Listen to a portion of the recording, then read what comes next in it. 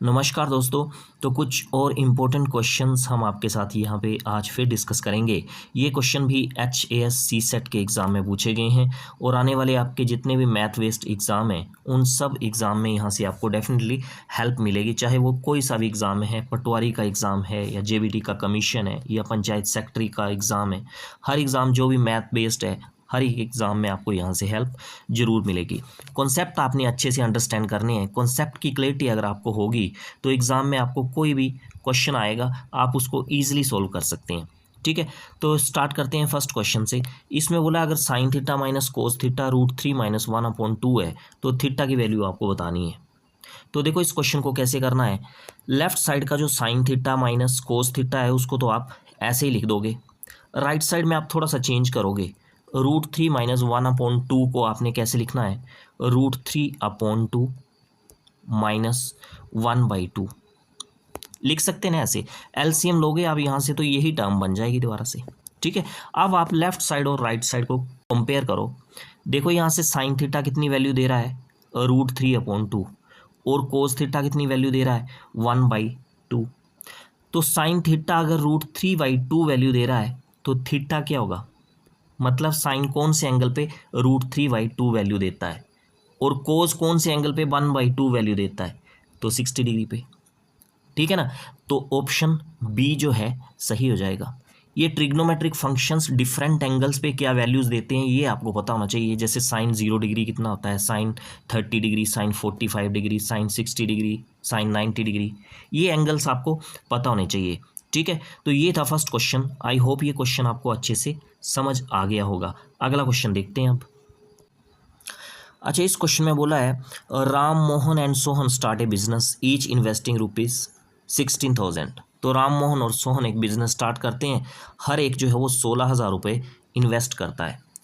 After 3 month, 3 महीने के बाद क्या होता है, Ram withdraws ₹2,000, Mohan withdraws ₹4,000 and Sohan invest ₹8,000 मोर। तो राम 2,000 रुपये जो है वो विड्रॉ कर लेता है, मोहन 4,000 रुपये निकाल लेता है और सोहन जो है 8,000 और ज़्यादा इन्वेस्ट कर देता है। At the end of a year profit of ₹41,580 was made. तो एक साल के बाद 41,580 रुपये प्रॉफिट होता है। तो आपको राम का शेयर बताना है। तो पहले हम क्या करेंगे, राम मोहन और सोहन ने जितना भी इन्वेस्ट किया है ना उसकी रेशो हम निकालेंगे। तो देखो राम ने इन्वेस्ट किया है 16,000, कितने महीने के लिए, 3 महीने के लिए, क्योंकि उसने 3 महीने के बाद 2,000 निकाल लिया। तो 16,000 में से 2,000 उसने निकाल लिया, तो 14,000 उसने इन्वेस्ट किया होगा अगले 9 महीने। ठीक है, तो पहले हम राम की ही बात कर लेते हैं। राम को यहाँ पे मैं R से डिनोट कर रहा हूँ। तो राम की जो इन्वेस्टमेंट है वो क्या होगी, 16,000 कितने महीने के लिए, 3 महीने के लिए, और प्लस 3 महीने के बाद क्योंकि उसने 2,000 रुपये निकाल लिए हैं तो 14,000 रुपये इन्वेस्टमेंट होगी उसकी अगली 9 महीने के लिए। इसको थोड़ा सा अगर हम सोल्व करें तो कितना आ जाएगा, ये आ जाएगा आपका 48,000। ठीक है, प्लस और ये आ जाएगा आपका 1,26,000, यही आएगा। अब इन दोनों को अगर आप प्लस करोगे तो ये आ जाएगा आपका 1,74,000। तो ये आ गई राम की इन्वेस्टमेंट। अब बात करते हैं मोहन की इन्वेस्टमेंट। मोहन को मैं M से डिनोट कर रहा हूँ। अब मोहन ने भी क्या किया है, 16,000 रुपये जो हैं वो इन्वेस्ट किए हैं पहले 3 महीने। उसके बाद क्या किया उसने, 4,000 रुपये विड्रॉ कर लिए। तो 16,000 में से 4,000 विड्रॉ कर लिए तो बचे कितने, 12,000। 12,000 उसने अगले 9 महीने के लिए इन्वेस्ट किए। इसको भी अगर थोड़ा सा सोल्व कर लो आप तो ये आ जाएगा आपका 48,000, तो ये आ जाएगा प्लस ये आ जाएगा 1,08,000। ठीक है ना, इनको आप प्लस कर लो तो कितना आ जाएगा, ये 1,56,000। ठीक है, तो ये आ गई मोहन ने जो इन्वेस्ट किया है। आगे सोहन की अगर बात करें तो सोहन ने भी क्या किया है, सोहन को मैं इससे डिनोट कर रहा हूँ। सोहन ने भी 16,000 रुपये तो उसने इन्वेस्ट किए हैं 3 महीने के लिए, वो सब ने किए हैं। पर 3 महीने के बाद सोहन ने 8,000 रुपये और ज़्यादा लगा दिए। तो 16,000 प्लस 8,000 कितने हो गए, 24,000। तो 24,000 उसने इन्वेस्ट किए अगले 9 महीने के लिए। इसको भी थोड़ा सा अगर हम सोल्व करें तो ये आ जाएगा आपका 48,000 तो आएगा ही, प्लस ये आ जाएगा आपका 2,16,000। ठीक है, इनको प्लस करोगे आप तो ये आ जाएगा 2,64,000। तो ये आ गई सोहन की इन्वेस्टमेंट। बस अब क्या करना आपने, राम, मोहन और सोहन की जो इन्वेस्टमेंट है उनकी रेशो आपने निकाल लेनी है।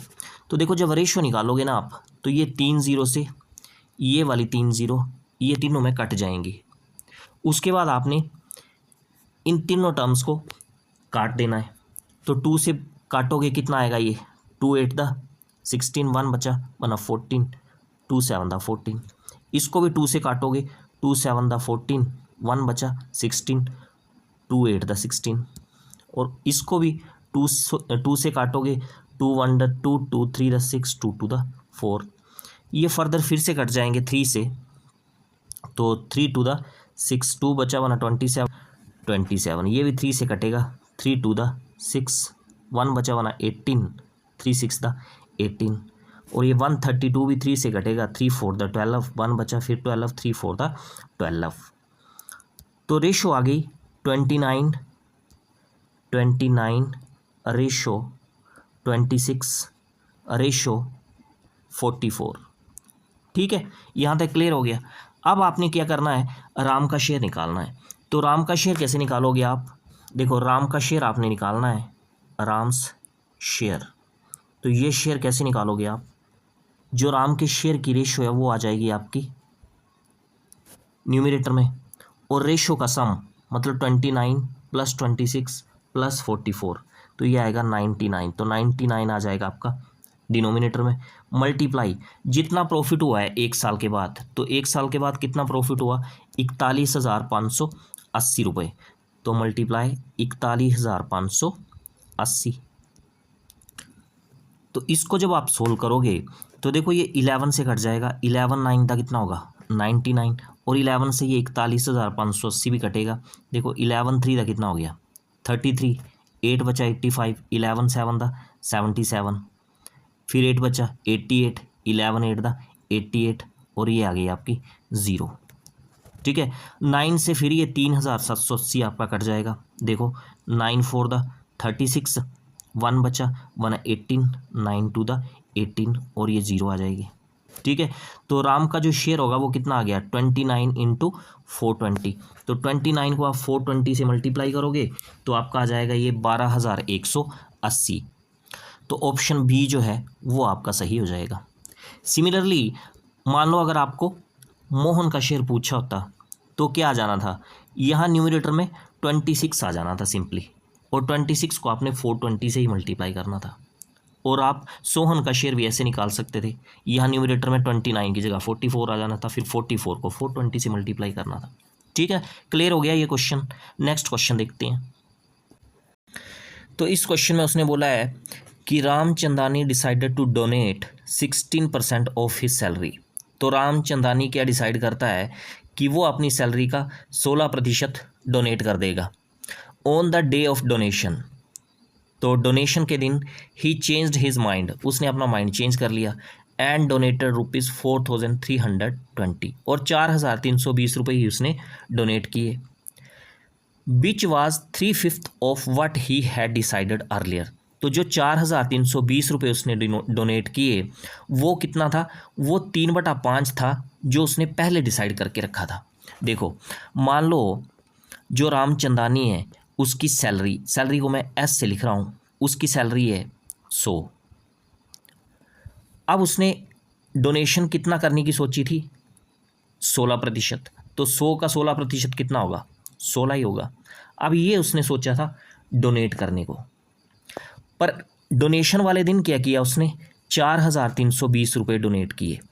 कितने डोनेट किए 4,320 रुपये उसने डोनेट किए। और ये जो 4,320 हैं ये 3/5 है, किसका 3/5 है? जो उसने पहले डिसाइड करके रखा था। तो पहले उसने डिसाइड कितना करके रखा था? 16। ये रेशो में हम बात कर रहे हैं। तो 16 का 3/5 यही किसके इक्वल है? 4320 के इक्वल है। 16 का 3/5 यही किसके इक्वल है? 4320 के इक्वल है। तो ये इक्वेशन बनेगी आपकी। यहाँ से आप क्या कर सकते हो? एक रेशो की वैल्यू निकाल सकते हो। तो एक रेशो की वैल्यू कितनी आएगी? 4320, 5 जो है लेफ्ट साइड में है, राइट साइड में आएगा तो ये मल्टीप्लाई हो जाएगा अपॉन 16 इंटू 3, ये यहाँ पे आ जाएंगे। ठीक है, अब ये काट लो आप। देखो 16 से ये 4320 कट जाएगा, 16 दूने 32 आ गए, 11 बचे 112 और 16 सत्ता 112 और साथ में ये ज़ीरो लग गई। 3 से ये 270 कट जाएगा, 90 आ जाएगा और 90 को 5 से गुना करोगे कितना आ जाएगा? ये 450। तो एक रेशो की वैल्यू कितनी आ गई? 450। आपको कितने रेशो की वैल्यू निकालनी है? क्योंकि ये आपको सैलरी निकालनी है रामचंदानी की। तो हमने रामचंदानी की सैलरी की रेशो कितनी ली है? 100 ली है ना। तो 100 रेशो की वैल्यू आपको निकालनी है। एक रेशो की वैल्यू आ गई आपके पास 450। 100 रेशो की वैल्यू कितनी आ जाएगी? 450 गुना 100 तो कितना आ गया? 45,000। तो ऑप्शन बी जो है वो सही हो जाएगा। ठीक है, नेक्स्ट क्वेश्चन देखो। तो इस क्वेश्चन में आपको बोला है the difference between simple interest and compound interest on a certain sum of money for 2 years at 5% per annum is ₹10। तो सिंपल इंटरेस्ट और कंपाउंड इंटरेस्ट के बीच में जो डिफरेंस है वो आपको 10 दे के रखा है, टाइम आपको 2 years और रेट ऑफ इंटरेस्ट 5%। आपको सम निकालना है, मतलब प्रिंसिपल निकालना है। तो सिंपल इंटरेस्ट और कंपाउंड इंटरेस्ट के बीच में डिफरेंस, इसको मैं डी से डिनोट कर रहा हूँ। ये डी जो है वो किसके इक्वल होता है? P into R divide by 100 power N। P यहाँ पे प्रिंसिपल है, R रेट ऑफ इंटरेस्ट है और N जो है वो टाइम आ गया आपका। डिफरेंस आपको कितना दे के रखा है? 10। प्रिंसिपल आपको निकालना है, एज इट इज़ लिख दो। रेट ऑफ इंटरेस्ट आपको 5 दे के रखा है, अपॉन आ गया 100 और N की वैल्यू 2 दे के रखी है। ठीक है, 5 से ये 100 काट लो तो कितना आ गया? 20। तो 10 इज इक्वल टू P, तो ब्रैकेट के अंदर 1/20 बचा, 1/20 का होल स्क्वायर कितना बन जाएगा? 1 डिवाइड बाय 400। ठीक है, आपको किसकी वैल्यू निकालनी है? प्रिंसिपल की वैल्यू निकालनी है। तो 400 को आप दूसरी तरफ 10 से मल्टीप्लाई कर दो, तो प्रिंसिपल कितना आ गया आपका? 4000। तो प्रिंसिपल ही आपसे पूछा है, तो ऑप्शन ए जो है वो सही हो गया। ये बड़ा इंपॉर्टेंट क्वेश्चन है, लगभग हर एग्ज़ाम में आपको इस तरह का क्वेश्चन देखने को मिल जाएगा। ठीक है, तो नेक्स्ट क्वेश्चन देखते हैं। ये क्वेश्चन भी इंपॉर्टेंट है। इसमें बोला है a 150 metre long train is running at 55 kilometre per hour. तो 150 मीटर लंबी एक ट्रेन है जो 55 किलोमीटर प्रति घंटा की स्पीड से चल रही है। In what time will it pass a man who is running eight 10 kilometre per our in the same direction in which the train is going on. तो आपको बताना है ये ट्रेन, एक आदमी जो कि सेम डायरेक्शन में जा रहा है, जिस डायरेक्शन में ट्रेन जा रही है उसी डायरेक्शन में वो आदमी जा रहा है। आदमी की स्पीड कितनी है? 10 किलोमीटर प्रति घंटा। तो आपको बताना है कि ट्रेन उस आदमी को कितने टाइम में पास कर लेगी। सेकंड्स में आपको आंसर निकालना है। तो टाइम का फॉर्मूला क्या आता है? तो टाइम का फॉर्मूला डिस्टेंस अपॉन स्पीड। अब डिस्टेंस क्या होगा यहाँ पे? अब ट्रेन को आदमी को क्रॉस करना है, तो ट्रेन को जितनी ट्रेन की लेंथ है उतना ही तो डिस्टेंस ट्रैवल करना पड़ेगा उस आदमी को क्रॉस करने के लिए। ठीक है ना, तो डिस्टेंस यहाँ पे हो जाएगा आपका कितना? 150 मीटर। ठीक है, अब स्पीड की बात करते हैं। अब स्पीड यहाँ पे कौन सी काउंट होगी? Relative speed. अब रिलेटिव स्पीड क्या होती है? आपको पता है कि जब दो ऑब्जेक्ट एक ही डायरेक्शन में मूव कर रहे हैं, अब ट्रेन और आदमी दोनों एक ही डायरेक्शन में मूव कर रहे हैं, ट्रेन की स्पीड जो है वो 55 किलोमीटर प्रति घंटा है और आदमी की स्पीड जो है वो 10 किलोमीटर प्रति घंटा है। ठीक है, तो इनकी जो रिलेटिव स्पीड होगी, रिलेटिव स्पीड को हम SR से लिखते हैं। जो इनकी रिलेटिव स्पीड होगी वो क्या होगी? इन दोनों की जो स्पीड है उनका डिफरेंस, मतलब 55 और 10 का डिफरेंस कितना होगा? 45 किलोमीटर पर आवर। तो ये होगी रिलेटिव स्पीड। जब दो ऑब्जेक्ट एक ही डायरेक्शन में जा रहे हैं तो उनकी रिलेटिव स्पीड क्या हो जाती है? दोनों की स्पीड का डिफरेंस। तो आपने याद रखना है। और इसके अपोजिट क्या होता है? एक ऑब्जेक्ट अगर इस तरफ जा रहा है, दूसरा इस तरफ जा रहा है, तो उनकी रिलेटिव स्पीड क्या होगी, दोनों की जो स्पीड है उनका सम। तो ये चीज़ आपने याद रखनी है, तभी इस तरह का क्वेश्चन जो है वो इम्पोर्टेंट बन जाता है। अब यहाँ पे रिलेटिव स्पीड आ गई हमारी 45 किलोमीटर पर आवर। अब यही स्पीड लेनी है आपको क्वेश्चन सोल्व करने के लिए। तो 45 किलोमीटर पर आवर में आई है स्पीड, आपको क्या करना है, इस 45 किलोमीटर पर आवर को मीटर पर सेकंड में चेंज कर देना है। तो किलोमीटर पर आवर को मीटर पर सेकंड में चेंज करने के लिए क्या करते हो आप, 5/18 से मल्टीप्लाई करना पड़ता है, तो ये मीटर पर सेकंड में चेंज हो जाएगी। अब इसको थोड़ा सा काट लो आप, 9 × 18, 9 × 5 = 45, तो कितना आ गया ये 25/2 मीटर पर सेकंड। तो ये आ गई स्पीड मीटर पर सेकंड में। तो टाइम आपको निकालना है, डिस्टेंस तो आ गया आपका 150, जो स्पीड है वो आ जाएगी आपकी 25/2। 2 जो है वो यहाँ न्यूमरेटर में आ जाएगा, ठीक है। अब 25 से ये 150 काट लो 6 बार, और 6 दूने 12, तो कितना आ गया 12 सेकंड। तो ट्रेन आदमी को कितने टाइम में क्रॉस करेगी, 12 सेकंड में। ऑप्शन बी सही हो जाएगा आपका, ठीक है ना। अगला क्वेश्चन देखते हैं। इसमें बोला है when the sun's altitude is 30 degree the shadow of a tower is 15 metre long. अब जब सूर्य का एल्टीट्यूड 30 डिग्री है तो एक टावर की छाया 15 मीटर लंबी है। तो देखो इसकी डायग्राम बनाते हैं पहले हम। तो ये मान लो एक टावर ले लिया हमने, इस टावर की हाइट हमने h मान ली, क्योंकि टावर की हाइट आपको क्वेश्चन में नहीं दी है। अब ये टावर ग्राउंड पे बना होगा, तो ये ग्राउंड आ गया, और सन जो है जिस टाइम एंगल बना रहा है 30 डिग्री, ये एंगल आ गया आपका 30 डिग्री। अच्छा, ये एंगल जो है वो 90 डिग्री का होगा, क्योंकि टावर जो है वो ग्राउंड के साथ 90 डिग्री का एंगल बना रहा होगा, सीधा खड़ा होगा टावर, तो ये 90 डिग्री का एंगल होगा। ये ट्रायंगल बन गई आपकी राइट एंगल ट्रायंगल, इसको हम नाम देते हैं ABC। अब क्वेश्चन जो है उसकी पहली लाइन में बोला है कि जब सन का एल्टीट्यूड 30 डिग्री है तो ये जो टावर है इसकी शैडो जो बन रही है ग्राउंड पे वो 15 मीटर लंबी शैडो बन रही है, ठीक है। आगे क्वेश्चन पढ़ते हैं। आगे बोला है but will be the length of the shadow when the sun's altitude is 60 degree. तो आपको बताना है कि जब सन का एल्टीट्यूड जो है वो कितना होगा, 60 डिग्री होगा। तो ये एंगल जब 60 डिग्री होगा तो जो टावर की शैडो है उसकी लेंथ कितनी होगी, मतलब ये वाली लंबाई, ठीक है। अगर इस पॉइंट को मैं डी नाम दे दूं तो BD की लेंथ कितनी होगी, बस ये क्वेश्चन आपको पूछा हुआ है यहाँ पे, ठीक है। अब इस क्वेश्चन को ध्यान से देखो आप। हमारे पास यहाँ पे 2 राइट एंगल ट्राइंगल्स बन रही हैं। एक ट्राइंगल राइट एंगल ट्राइंगल बन रही है ABC और दूसरी DBC। पहले हम बड़ी वाली राइट एंगल ट्राइंगल लेते हैं। राइट एंगल ट्राइंगल सबसे पहले हमने कौन सी ली, ABC। तो इस ABC राइट एंगल ट्राइंगल में जो BC है उसको हम क्या बोलते हैं, परपेंडिकुलर, और AB को क्या बोलते हैं, बेस। BC जो है वो शीर्षलंब है और AB क्या है, आधार है। तो शीर्षलंब बटा आधार मतलब BC/AB, ये किसके इक्वल होता है, tan थीटा। और tan थीटा कितना है यहाँ पे 30 डिग्री, ठीक है ना। BC कितना लिया हमने, H लिया हमने, और AB कितना है 15 है, और tan 30 डिग्री की वैल्यू कितनी होती है 1/√3।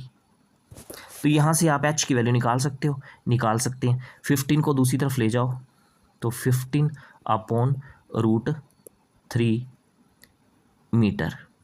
तो ये H की वैल्यू आ गई, पर आपको H की वैल्यू थोड़ी निकालनी है, आपको BD की वैल्यू निकालनी है। अब क्या करो, दूसरे वाली राइट एंगल ट्राइंगल ले लो DBC। तो हमने दूसरे वाली राइट एंगल ट्राइंगल ले ली DBC, क्योंकि ये भी एक राइट एंगल ट्राइंगल है और इसमें भी BC जो है वो परपेंडिकुलर है और BD जो है वो बेस है। तो फिर से perpendicular upon base tan theta, और थीटा क्या है इस बार 60 डिग्री, ठीक है। तो BC/BD किसके इक्वल, tan ऑफ 60 डिग्री। BC तो हमने H मानना हुआ है और BD हमें निकालना है, और tan 60 डिग्री की वैल्यू किसके इक्वल होती है, √3, ठीक है।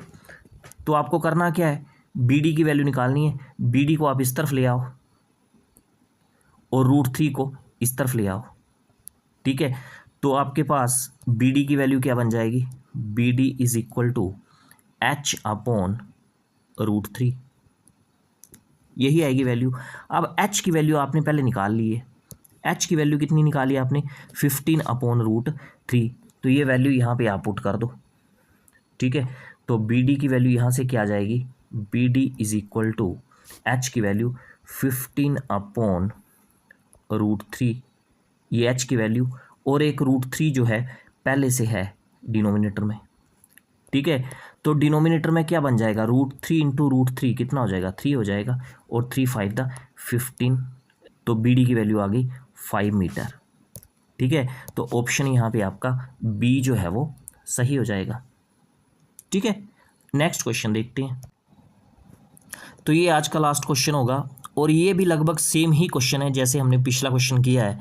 इसमें बोला if the shadow of a tree, वहाँ पे टावर था, यहाँ पे ट्री है, is 16 metre when the elevation of a sun is 60 degree then height of the tree is. यहाँ पे आपको ट्री की हाइट निकालनी है। तो ये हमने कोई ट्री मान लिया और ये आ गया ग्राउंड। अब यहाँ हम ये मान के चलेंगे कि ट्री जो है वो ग्राउंड के साथ कितना एंगल बना रहा है, 90 डिग्री का। तो आपको बताया, आपको क्वेश्चन में बोला हुआ कि जब ये एंगल जो है वो 60 डिग्री है, तो जो ट्री है उसकी शैडो कितने मीटर लंबी बन रही है, 16 मीटर लंबी बन रही है। तो शैडो तो ग्राउंड पे ही बनेगी, तो ये शैडो जो है वो कितने मीटर लंबी बन रही है, 16 मीटर लंबी बन रही है। आपको ट्री की हाइट निकालनी है, तो ट्री की हाइट आपने क्या ले ली, एच ले ली, ठीक है। तो यहाँ पे अगर मैं इस ट्राइंगल को ट्राइंगल ए बी सी नाम दे दूँ, तो ए बी सी क्या है, एक राइट एंगल ट्राइंगल ही है जिसकी आपको दो साइड्स पता है, एक बी सी और एक ए बी। तो बी सी और ए बी के बीच में क्या रिलेशन होता है, बी सी जो है वो परपेंडिकुलर है, ए बी जो है वो बेस है। तो पहले भी आपको बताया मैंने, perpendicular upon base, B C perpendicular, A B base. तो परपेंडिकुलर अपॉन बेस किसके इक्वल, tan थीटा, थीटा कितना है यहाँ पे 60 डिग्री, ठीक है। बी सी हमने क्या मान लिया, एच माना हुआ है ट्री की हाइट, और ए बी तो आपको दे ही रखा है 16, और tan 60 की वैल्यू कितनी होती है, √3। तो ट्रिग्नोमेट्रिक फंक्शन की डिफरेंट एंगल्स पे वैल्यू आपको पता होनी चाहिए, ठीक है। एच की वैल्यू आपको निकालनी है, 16 को आप ले जाओ राइट साइड में, तो एच की वैल्यू आ जाएगी 16√3। तो यही आंसर आ जाएगा, यही आपकी ट्री की जो हाइट है वो आ जाएगी। ऑप्शन सी यहाँ पे सही हो जाएगा आपका, ठीक है ना। तो ये थे आज के लिए क्वेश्चंस। आई होप ये सारे क्वेश्चंस आपको अच्छे से समझ में आ गए होंगे। तो मिलते हैं नेक्स्ट वीडियो में कुछ और इम्पोर्टेंट क्वेश्चंस के साथ। तो आज के लिए फ़िलहाल इतना ही, थैंक्स।